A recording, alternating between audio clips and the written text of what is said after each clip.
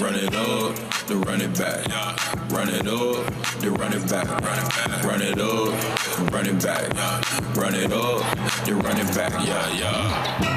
Good morning and welcome. It's Wednesday. This is Run It Back. We're going to talk a little hoops today with Lou Will, Chandler Parsons, I'm Michelle, and we're going to have Iman Shumpert. There he is. Join us to talk what about up, it. Shump? Sleep. You're everywhere. Sleep, dog. Good morning. Dude, Man, I got to catch Knicks this flight. game? I'm going to sleep on the plane. I'm Okay. You don't got to wake up. You don't go to sleep, Shump. Words I live by. I'm impressed by everywhere you've been. We're going to talk a lot of basketball. We had a conversation on where to start today because there's so many stories to get into, but we landed on the Spurs game. So we're going to go ahead and look at some highlights. Oh, we're doing Lakers. My bad. That's not what it says here. Lakers holding off the Rockets, taking a 2-0 series lead. 101-94. LeBron James, there's not enough you could say at this point. 28 points, 8 rebounds, 7 assists. Marcus Smart had 25. Kevin Durant was back and had 23, but 9 turnovers. The 2-0 series lead in a sort of a landscape where there are a lot of 1-1s right now. I don't know if it's shocking. I don't know if you expected it. You were at the game last night. What'd you see, Iman? I think that the Rockets got hit with a game plan that they weren't ready for. I'm not sure what Ime was telling his guys, but once they saw the double team, I saw Kevin Durant accept the double team, which then led to usually an unaggressive pass. And the filling guy usually was Sengun. Sengun also was seeing a double team, and it was like play after play, possession after possession. We saw the Rockets look mind-boggled by the fact that there were 2 guys getting double-teamed on the floor. Nobody else became aggressive within space. Everybody tried to get aggressive, shoot a 3 here and there, go at the end of the shot clock, but nobody played within space, understanding the concept that those 2 guys were facing the double team. And I think if they can't get that adjustment ready for the go in Game 3, they need to be more concerned with how many games they might win in this series. Yeah, agree with Shump. Like, I watched Houston last night, and it looked like they were waiting to see what was going to happen instead of being prepared for what the Lakers were going to do. Like, they still were playing ISO basketball. Defensively, they ran and jumped LeBron a little bit, but it was no asserted effort. Like, if you have Austin Reeves and you got Luka off the floor, you got to start doing any, meeny, miny, mo. Which one of these guys are we going to take out? It should have been Luke Kennard. Luke Kennard was still able to have some success in this game last night. Like, they didn't take away any options on the defensive end, and on the offensive end, they still were stagnant. The Lakers were running guys to Kevin Durant, running guys to Sengun. And like Shump just said, they just didn't adjust well to it, and they just relied on jump shot ability. Like, every once in a while, KD would attack the double team and go downhill and try to get to the rim. But other than that, it just were no adjustments. I thought JJ did a great job of giving them different looks, and Ime didn't adjust well to it. That's what I saw. Yeah, you got to give credit to JJ Redick, right? Like, this was a huge adjustment. You know how good and how capable Kevin Durant is as an offensive player, and even early on, he got going. He was shooting over double teams, getting to his mid-range, and then they just stopped that, and they kept forcing him to the guy that was coming to trap him, and it was brilliant. And the Rockets offense, it reminds me a lot of the Knicks offense, where it's just a lot of heavy ISO. It's so predictable, and it's easy to guard when you just have Jalen Brunson and Kevin Durant kind of bringing the ball up at the top of the key, pick and roll. It just gives the defense a chance to kind of blitz that pick and roll. And then the Lakers are okay with Josh Okogie and Tari Eason, these guys having to beat them and make shots. Iman, you won a title in 2016 with LeBron. We sort of talked about this before these games even started, and now that the Lakers are up 2-0, it's sort of the conversation becomes even more relevant. If somehow, some way, this Lakers team, and it looks like Austin Reeves has begun a little protocol coming back. Luka will start as well with some on-court stuff.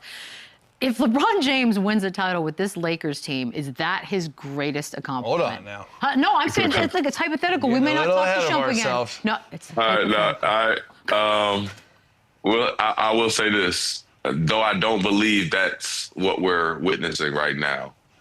If he does do that, yes, I don't think, and I'm a Jordan guy, I do not think I can put something over putting a career together like he's had, having the longevity that he's had, and then winning championships after we are all saying this team is not it. He's past his prime. He's a little too old. The health conversation comes into play, and now he's outlasting guys late in the season.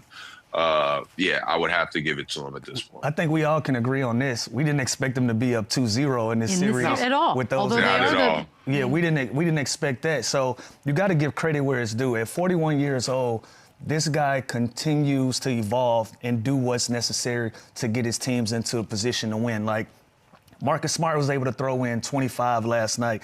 Luke Kennard, he threw in another 23. Like, he's put those guys in a position where they can be successful. They're not playing out of body. They're not asking them to do anything that they're not used to doing. They're just doing it at a high level. And because of that, LeBron James is able to be a natural point guard like he always has been. He's always been somebody that can manage games, that can manage the offense and the defense. But to bring these guys along for the ride for him, to put them in positions to be successful, man, and to have, he didn't have his most efficient night, but he managed that game from tip-off to when the game was over. It's incredible to see at this juncture of his career, but to see the impact that the other guys around him is having based on how he's playing was incredible to see. Yeah, we keep talking about his age. I don't care if he's 28, 29 years old. He is still so good and so effective and has so much production value on any team in any role. Think about this year. Before the season started, we said, yeah, he might be the third option of this team, and everyone thought it was crazy. Then Austin Reeves started off, and LeBron was perfectly cool with that. Then through the injuries and everything that happened, he had opportunities where he was the go-to guy, and he had to be aggressive scorer. Then he was kind of that point forward, Team USA point guard to get everyone involved. Now he's taking, and then at one point he was diving all over the floor as their best defender. Like, he has put on every hat this season as arguably one of the greatest players, if not the greatest player of all time. And no role has been too small, no role has been too big. He wants to win. He's committed to JJ Redick and this team, and it's showing. Like, look at the series that Luke Kennard is having, who, by the way, is a free agent this summer. We're going to get a little bag. Marcus Smart playing well. Like, he makes everyone around him better throughout the season. Jake LaRavia had a great part of the season where he was on a tear. Like, that is all because LeBron James' impact and what he has done this season. I don't care how old the age is. I don't think it matters. It's just crazy that we haven't seen him slow down at all. Yeah, I don't get it. I think the biggest thing that I took away from that last night, and I love what Lou said as far as LeBron controlling the tempo of the game, controlling things. The other day I had a quote saying that if Kevin Durant doesn't come back and play, and when he comes back to play, really play a good game, LeBron James will dog walk this team. And people thought I meant dog walk in a way where we're going to blow them out by 20, or we're going to do this, or we're going to do that. No, I mean, LeBron, when you take your dog out for a walk, you take him on a leash and you tell him exactly where we're going. We're going to turn right here. You're not going to mess with the other dogs. We're not going to play today. We're not going to run across the street unless I'm going across the street. LeBron James is going to take that leash, pull it up, or he just going to grab y'all by the collar and walk y'all around. But if you don't figure out the double team, something bad is going to happen for the rest of your season because you're playing somebody that can play in on adjustments. When you talk about the playoffs, it's all adjustments. I'm not sure what happened in that locker room, but Ime is no way that he could see something that concerning for that long and make no adjustment. I haven't seen it too many times in my playoff And career. I look forward to Game 3 just to see what those adjustments are. Like, does JJ go away from it, knowing that they're going to try and counter that? Does Ime kind of come up with different schemes to get Sengun more involved, or to have KD, set the screen instead of handling the ball in the pick and roll in the ISO? So that will also be a real big adjustment. But the big thing to me is, too, getting off to a 2-0 lead in the series, that just gives Luka and Austin Reeves more time to heal and to sit. You can relax. Like, they're not even thinking about coming back now with this cushion. It's huge. They got long rests too. Ain't that crazy? Ain't that crazy? They getting a lot of rest. Right. It's They might have to play this entire series if they keep going like this. We can talk about the Achilles heel of the Houston Rockets and what the issue has been all season. They need somebody to set the table for this team. Is it that simple? Is that what this is? Yeah, because you take the ball out of Kevin Durant's hands. He has to bring it up. He has to initiate the offense. If he's not initiating it, they're just giving it to him as soon as they cross half court. And then they're trapping him. They're sending a double his way at the top of the key, opposed to him catching it 18, 20 feet away from the rim like LeBron is. LeBron is catching the ball in the scoring area or around that free throw line extended area. Even if you trap him, you're giving up wide open threes or you're giving up layups because of where he's catching the ball. KD is catching the ball faced up because he has the ball in his hand as he's initiating, where he can't pick the defense apart from where he is, and they're being able to do a scramble drill on the Lakers end of it, and they're having success with it. If somebody else is able to bring the ball down the court where you can cross screen, do some of those things with KD, give him the ball 18 feet from the basket, you can't trap him in that. You can't trap him that way because he's too close to the basket. He can be successful in that area. So now the conversation about them having Van Fleet out of the lineup and not going to get somebody else to have the basketball in their hands to initiate offense, it's starting to bite them in the ass at the wrong part of the season. Also, the shooting. They had 44 more shots in these 2 games, and they've been outscored by 16. Like, that's all. It's all glaring. Everything I think that's been said all season long is now in neon lights. And what a wasted opportunity this will ultimately be. I do one more thing on LeBron. Oh, sorry. Go ahead. Oh, my bad. No, go ahead. Lou, I wanted to ask you this. With K having the 9 turnovers and him seeing the double team, how much responsibility would you put on your leader of a team, or if you were the leader of a team, how much responsibility would you put on yourself or the leader to say, hey, man, I know our scheme is not all the way correct, but a double team is coming and we need you to attack the double team guy. The guy that was coming to double, I didn't feel like Kevin Durant attacked at all toward the second half, where he had his struggling with the scoring. Yeah. And I think that in those moments, it's either had to be the knee, the confidence in the knee and saying how hard he could go.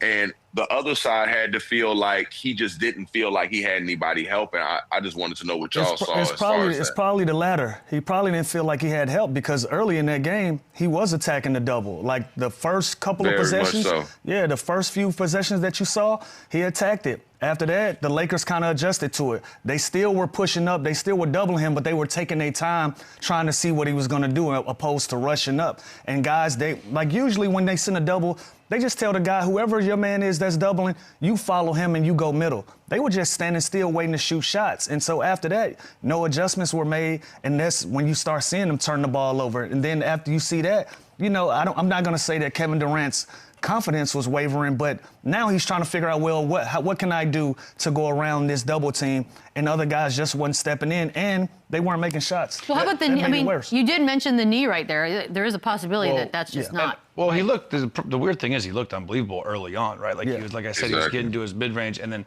if you told the Lakers that Kevin Durant only took 12 shots in this game and had 9 turnovers, you would take that 10 out of 10 times, and you think you have a very good chance to win. So again, credit to JJ and his staff for putting up this scheme and going with that. I expect a huge adjustment game 3, but this was just a brilliant game plan that the Lakers followed to a T. And I do agree that Kevin Durant could have kind of forced his hand a little bit, gone away from the double team and be more aggressive, because they can't win many games with him only taking 12 shots, especially going 7 for 12. But naturally, you don't want Kevin Durant to try to beat everybody off the dribble. That's not, like, he can do anything with the basketball, but if you're going to ask him for 40 minutes of this game to try to beat everybody off the dribble, that's a tough task to ask him. He's too good where he can catch the ball, where he doesn't need dribbles, where he needs 1 dribble, where he needs 2 dribbles. We've never seen Kevin Durant in a position where he has to break guys down off the dribble, time in and every single possession down the floor.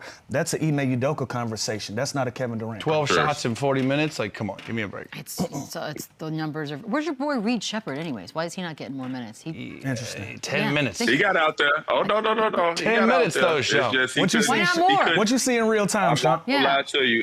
In real time, I don't feel like, if I was the coach, I would feel, too, that I should have limited his minutes. It just didn't seem like his movements and the things that he was doing out there was an aggressive mentality to score.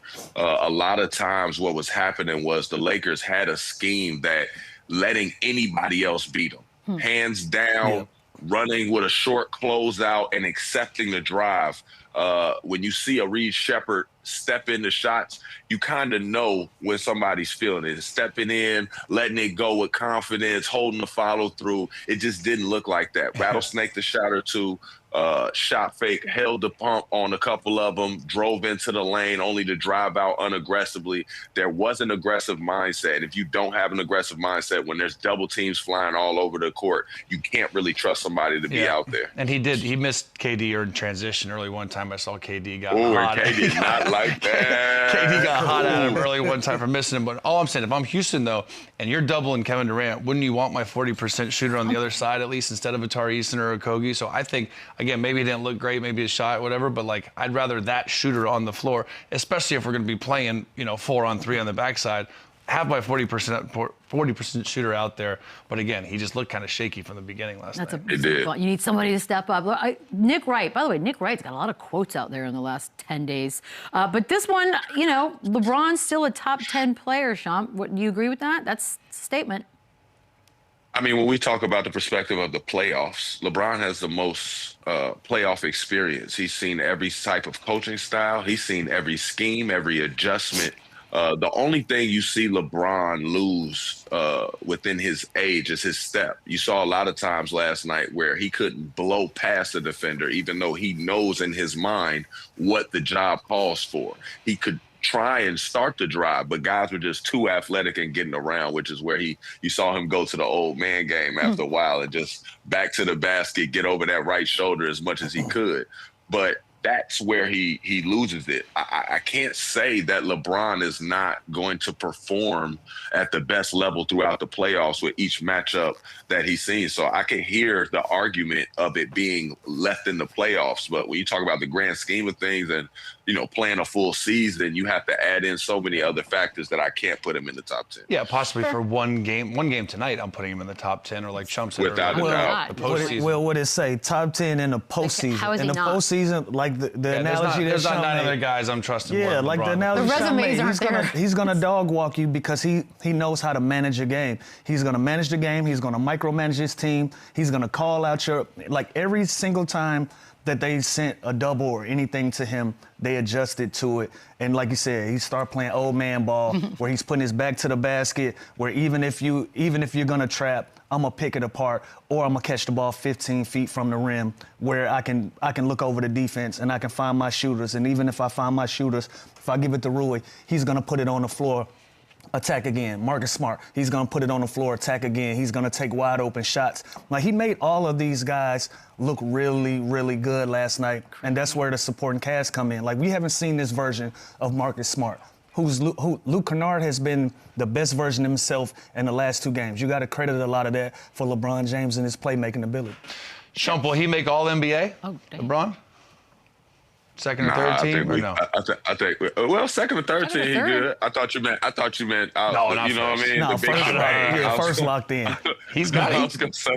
No, not It's first. just shebang. I don't know about the first team, but yeah, I could possibly see a second or third team for LeBron, and I could see people moaning and groaning about it, but to not appreciate and understand why he's in that position, I don't think anybody can take it away from him once they really unfold the story and start to look at all the facts.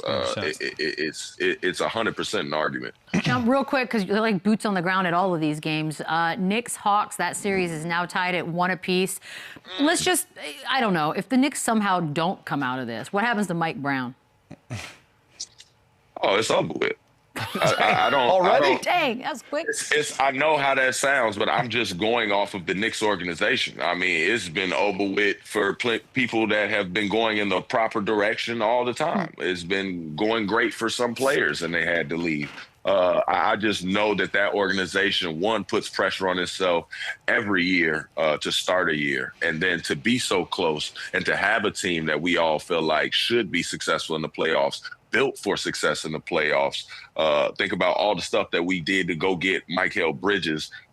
When you really think about the scope of things, the Knicks have pressure on their locker room. They have pressure on their bench. It just is what it is. So, yes, especially if they lose to the Hawks right now. Who look confident. I could totally see it happening right away. What's more likely, Brown gets fired or Cat gets traded if they lose this series? It could be both. Oh, it could definitely be both. I was like, oh, wait, hold on. Someone's got to be the fall guy. It definitely ain't be Jalen both. Brunson, No, and it's got to be one of those two.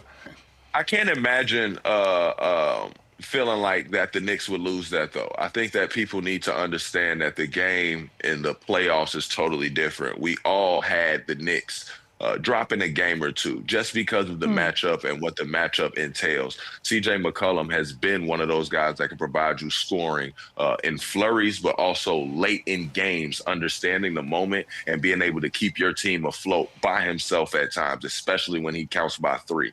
Jalen Johnson is one of those guys that gets going and understands the whole scope of the floor. If you ever look at his stat line, you can kind of predict how this game went, how everybody else played on the floor, because that's the times that he's successful. Is very contagious basketball.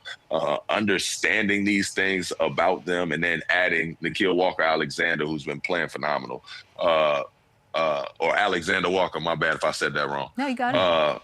But yeah, he's been playing phenomenal for them. And I think that their guards continue to wear and tear at the Knicks, who we know at times struggle to score. I don't know where these spells come from, but they struggle to score. And then usually they take the bait and start playing through Jalen Brunson a ton. We thought that when we saw the first flashes of them playing that two-man game at the end, that they all had it under their pocket.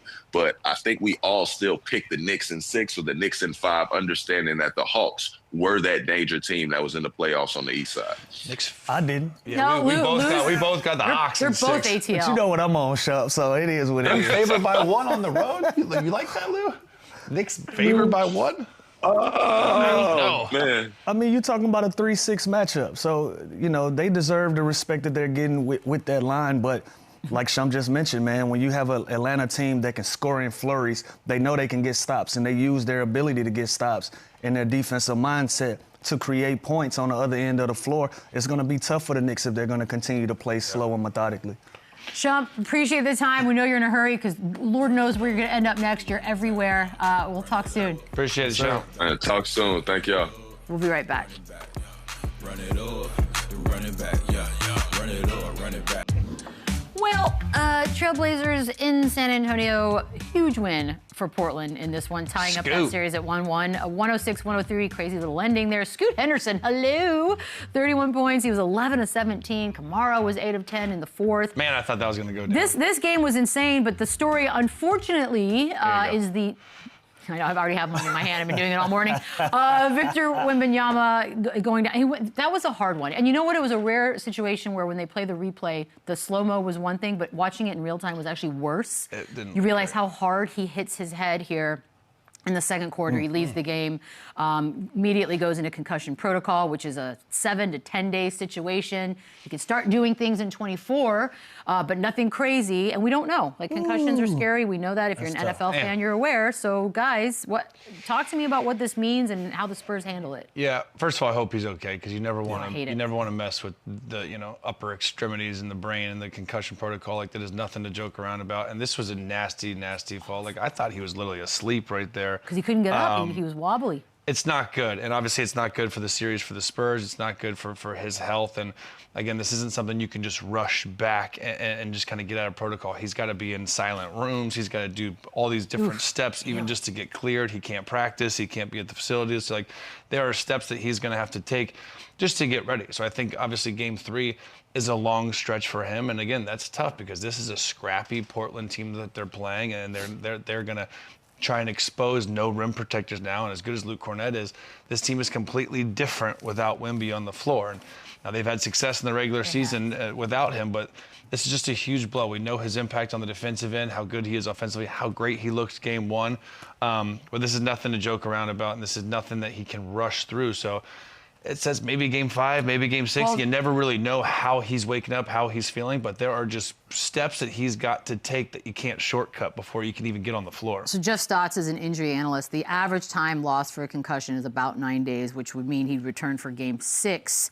That would be on April 30th. The Spurs, they have what it takes to hold off at least till then, right, Lou? Better we hope hope so. There's a Game 6. Yeah, we hope so. They didn't have their best night on the offensive end, but what stood out to me is Portland being 3 for 12 in the lane when Wemby was in that game, and then going 17 for 32 in the paint after he goes out. That opens up lanes, especially for a team that loves to slash and that loves to get to the paint and use that ability to open up the three-point line for them. that's going to be an issue for the Spurs. I like how aggressive Castle was. He wasn't efficient last night, but I like the aggressiveness that he was showing. De'Aaron Fox is another one. Vassell is another one. All of those guys didn't have their best nights on the offensive end. I think we see a different version of the Spurs if they can clean that up. But you can't ignore the fact that the impact that Wemby has on the defensive end for what the Spurs are trying to do against a team like the Portland Trail Blazers, and they took full advantage of it. So now you have to rework your entire game plan around the guys that you have opposed to the guys that you want to have. Obviously, Wemby is a big part of what they do. Now they got to make some adjustments. They got to figure something different out. Look, and in fairness, and all the credit to Portland, they came out and with Wemby on the floor. They went to like 19-5 or something right off the bat when this game started. They came in hot. De'Aaron Fox. Look, this is an interesting situation because we've seen him be the guy, and you would think if Wemby goes out, all of a sudden he steps up into that role again, and he was 1 of 6 in the fourth quarter. It was ugly shooting for the Spurs. Like, he's got to do better. Yeah, he's got to be the guy, and again, it's got to be a collective effort, and this is where their guard play really has to show up. It's going to be a collection of De'Aaron Fox, Castle, and Harper. Like, I expect them to play even faster than they did before, try and get out and push the tempo against this Portland Trailblazers team. Harrison Barnes, another guy I look to, Keldon Johnson. And again, he went to the locker room kind of, holding his left hand and wrist. Dylan Harper was holding his thumb. So these are bad things that happen so early in the season or in the series. But again, this team was 12-6 without Wemby. Like, they know how they're capable. They've done it before, so the experience should help them a little bit come this series. But again, now the Portland Trailblazers, they see blood, and it's not a good thing going back home for the Spurs team, but they still have enough to get out of this series if the guard play is great, if Vassell steps up and makes shots, if Harrison Barnes, like, there's a bunch of ifs now with Wemby out. I'm not going to blame it on one guy or another. I look at the San Antonio Spurs as a group, as a collective.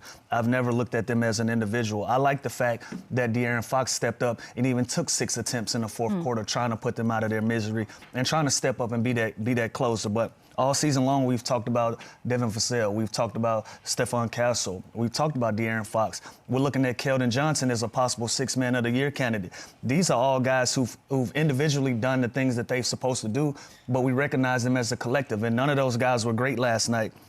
You look at their plus minus, all of them were in the minuses. Nobody had a lot of turnovers. Fox had 3, Castle had 3. All of these guys can play better as a collective. I feel like if they clean some of those things up and minimize mistakes, we see a different version of the San Antonio Spurs. But this is a series now. You're looking at a Portland team that knows that Wemby is probably out for sure game 3, for sure game 4, and now we're looking at it. We're looking at a confident group, and they're going back to their home court. This is a series that can get interesting real fast. Yeah. I don't really want to Did you forget that we were? I don't care. I don't want to talk about it anymore. Actually, you know what? Maybe the Portland owner will not want to pay the bills for the electricity, and they won't be able to have those games back there. We got to talk about that. Oh, it's going to be a long. That story ain't going away at all. But Scoot Henderson. He was asked. Talk about him. Let's talk Scoot for a second. He was chosen in that draft 2 spots behind Wemby. He had a funny quote about being asked when he knew he had it yesterday, and he said when he got up after he brushed his teeth and went downstairs and did all that. Bottled it up. But Perfect. man, whatever that routine was. Guys, I think a revenge tour is a beautiful thing that as humans we get to do. This feels like he's just wanting to show everybody. I mean, this is a guy that came into the league with high expectations. He was a lot of people's picks for Rookie of the Year, and he's been altered by injury, and he hasn't been able to get his rhythm, but he looks confident in the series. His mid-range is unreal. He's strong. He gets downhill. He's great finishing with either hands. Like, this dude, he's kind of showing us, his full, complete game here, and we haven't talked about him a lot this season or in his career because of those injuries, because of the up-and-down kind of seasons that the Trailblazers have had, but he's putting us on notice now. You see 24.5 points, shooting almost 50% from the field in his first playoff series. That's a huge step for him personally, confidence-wise, and the Blazers need it. We all know how good Denny is, how good these other guys are with Holiday, with Grant, with Sharp. Like, they have so much talent, and Scoot is kind of outplaying all those guys right now when they need it the most, which is huge. And we're learning a lesson in the basketball community. We got to be patient with our young players. Fair enough. Some guys develop on their own time, right? So we looked at Scoot Henderson as one of those guys coming out of the draft as a possible Rookie of the Year candidate, this and that, and it didn't quite go his way, but he continued to just put positive days ahead, and brick by brick, he's able to put himself in a position where he can average 24 and a half in the playoffs and shooting damn near 50% from the field. Sheesh. That's a lot of confidence, but it took some time. And because of that, I think he's able to realize the spots on the floor that makes him successful, knowing when to attack, knowing when to shoot, being able to digest the game possession by possession, and now he's starting to see the fruits of that labor. So we just got to be patient with our young guys. Yeah, but Scoot, if you want to take the next couple of games off, bro, like you should. You've earned it. Think about all these great guards. Just rest. I've never seen a guy be in a run like he's in and want to take a game off, want to take a break. So hot right now. Dev know what I'm talking about. Devin Harris, by the way. When you start cooking, ain't no taking off. He's hanging out because we're going to talk to him next about all things Dallas and NBA. We'll be right back. DTA Wisconsin. Oh. What's that, some AAU? Running plays. I'm running plays. Devin rises and posterizes Devin. Yeah, gotta get it every way. All day. Okay, hold on. In that game, hold man. on, Devin Harris. Used to have some bounce. Can we talk about? God. I'm gonna talk for a second because that net shot. I don't know if you remember this, but you and I immediately did a post-game interview after that, and then they gave me a picture about it. So teammates, right here, guys. And I was on the other end of it, and I was sick to my stomach because I was on the Sixers when that happened. Oopsie daisy. By the way, how you doing, Deb? I'm doing great. How you guys doing? What's Good. up, my We're brother? happy to have you here. Okay, Good. we've got teammate stories that we're gonna need on both these guys. Let's start with Chandler. What do you have? I got him. Okay. Oh boy. Chandler. Family Network. I like this already. Family Network. Chandler, I thought about this. Chandler came into Dallas in a very tough situation. He had to fit into a group of guys that were already there. But Chandler had an effect on our whole team that I've never seen before. This was when, swag and dressing for the games became very important. And Chandler came to the game. I want to say it was the first home game in the tightest jeans known to man. Oh, right? my gosh. And I've never seen it have an effect on the whole team. But from that point on, you saw guys coming in with tight jeans. No. Trendsetter, baby. No. The wrong way. Trendsetter, the whole thing. Even Dirk went from baggy clothes to more fitted clothes. And I've never seen that before, but Chandler was great in that aspect for our team, and we need a little swag, so Chandler provided that. Devin and those You guys spread helped me that? too. Dealing with Rick Carlisle is not easy. He's a great coach. He's offensive genius, but the dude is awkward as hell. Like my first weekends when I signed Dallas, he called me fat. And I remember, so I posted. Was this with the skinny jeans? So probably. So I posted a picture on my balcony with my shirt off with a pig emoji, and I was like at war with my head coach calling me fat. I was like, I can't. And I Devin can't. and these guys were a great resource to kind of adjust to playing for Rick Carlisle. So you spread the disease of skinny jeans into a locker room like the second you got. Okay, all right. Disease spreader, baby. I'm sure you are. Okay. What about Lou? Because I know you got a season with Lou as well. I did, and the thing about Lou, watching him practice every day, it was like you could see the talent that was there, and he made scoring look like something that was so easy, and just watching that every day in Atlanta was he had a stretch where I think he was scoring like 30 a night. We moved him to the starting lineup, and I was like, man, it's just I got to take some of this stuff that he's doing out here. But I kind of used it against him. When he went to the Clippers and I went to Dallas, I used to get matched up with Lou because I was coming off the bench. And I was like, all right, let me look at all the things that, watching him play and what he does. And let me see if I can take that away. And for a stretch in the Clippers, as soon as Lou would get off the bench, I would get off the bench. And the scouting report with Lou was like, okay, don't let him get comfortable. Definitely don't let him go left because he's lethal going left. He don't really like people getting in his space. And when you send him right, he still can score, but he's not as effective. And I literally would put this to fruition every time I played him. And I got him frustrated for like 3 years straight. Yes. And then he figured it out because Lou don't like to pass. They don't pay me to pass, man. They don't pay me to pass. So he got this chemistry with Harold where he was getting a pocket pass, especially going right. And it became very effective, and all that kind of went away. But it was just when you play with people and you watch what they do, and it's surgical. It's like you're really impressed by it. But then as a basketball player with competitors, I'm like, okay, now that we're not teammates, I'm going to use this information that I have. Got to. There you go. And take it away. So it was fun matching up with Lou and those. This is awesome. So I was cool and Lou was good at basketball. Thanks for coming on, Devin. Well, I don't know that I got cool out of yours, but yeah, that's fine. Good times, Dev. Well, let's get into some hoop, man. And I got a hunch that I feel like Cooper Flagg is probably your Rookie of the Year pick. You know, you being out in Dallas.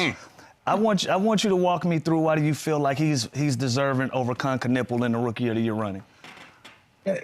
Yes, and it's not because I'm calling the games. It's more so because I'm watching, and I think what we're seeing, and I want to say, both these guys have had incredible rookie years, this is not taken away from Con because I think he is equally as deserving.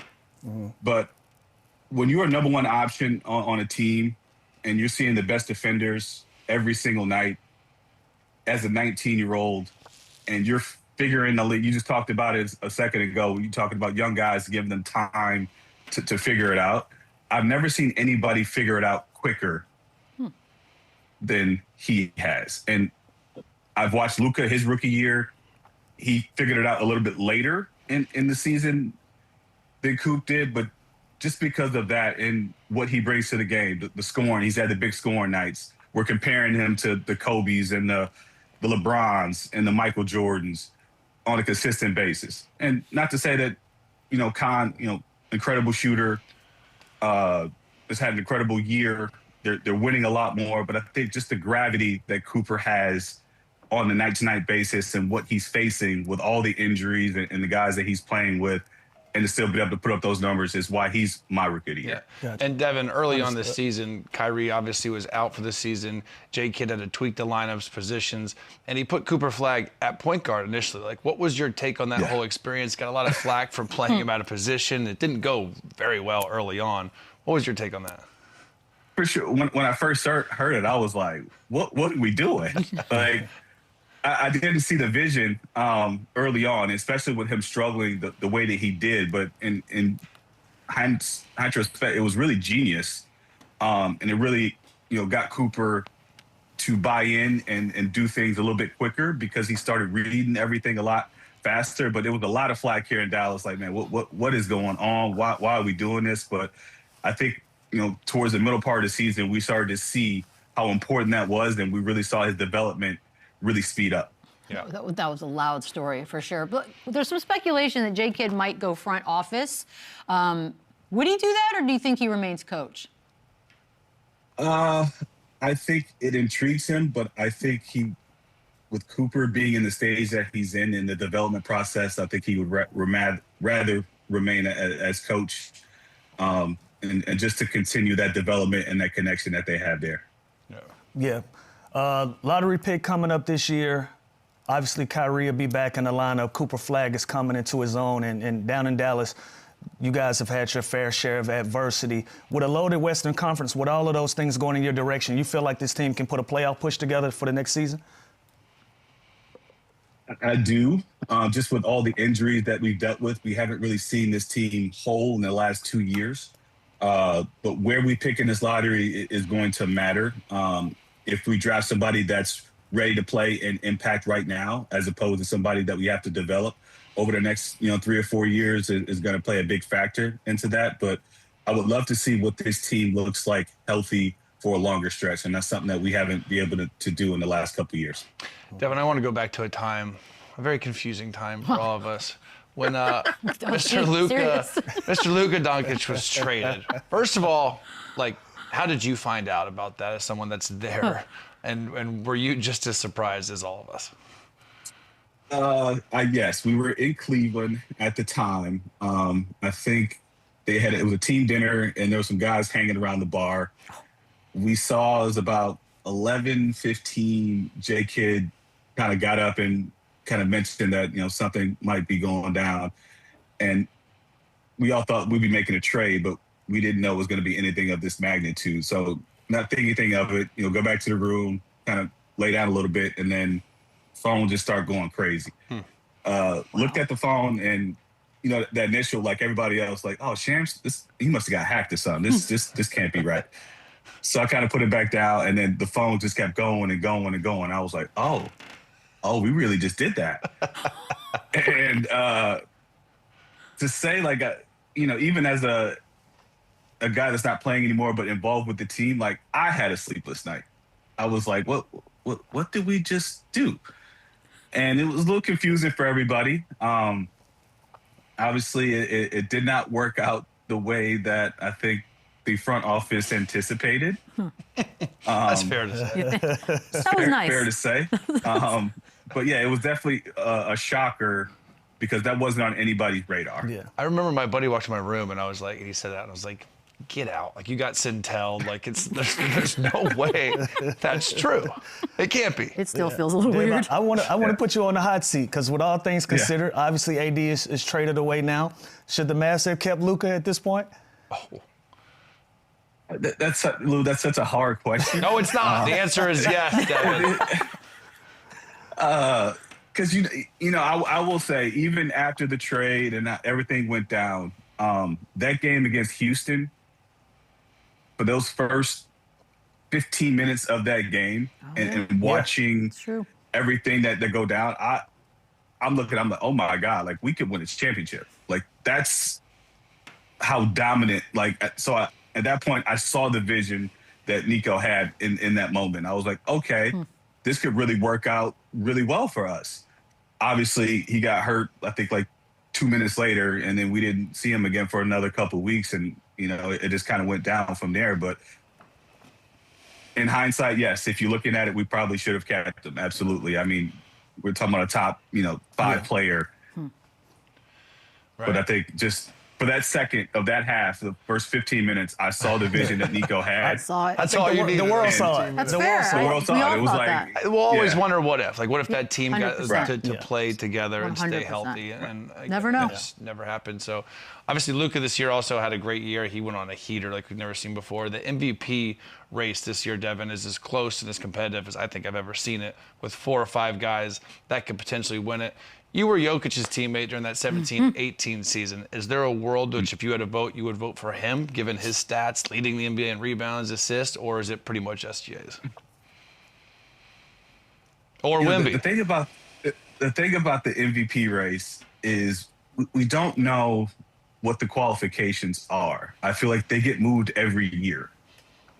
And that's what makes it tough to vote for certain guys. At some point, winning and being on the top team carried more weight. Then it became more stat heavy and guys, averaging triple doubles and putting up insane stats.